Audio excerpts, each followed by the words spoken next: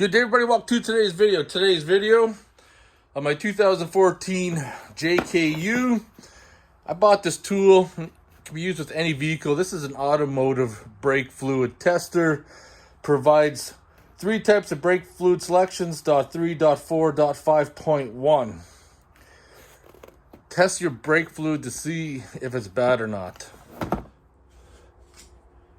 Little did you know, brake fluid, like hydraulic fluid, likes to retain water. It'll suck the moisture right out of the air and contaminate itself over time. That's a little tip in case you did not know. Now, this thing's pretty simple.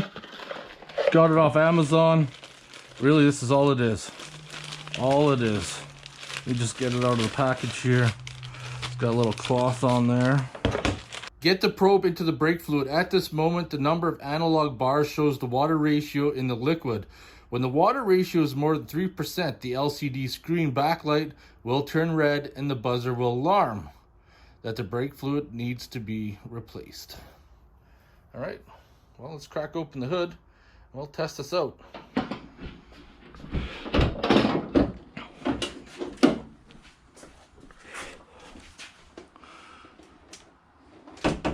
So in my Jeep Wrangler, the brake reservoir is on the driver's side, and underneath the dirt, it says .3, so you can remove the cap, and I will have access to go inside. So I'll put this brake fluid, try to get that in there.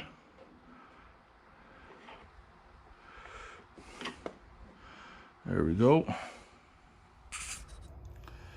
So you can see right now, my ratio is just over 1.5%. Of course, you pull it out, goes down to 0, stick it back in, about 1.5%. So I'm still good, but pretty soon I will have to change it.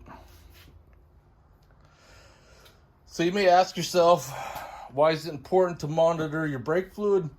Brake fluid, like anything else, once it becomes contaminated with water,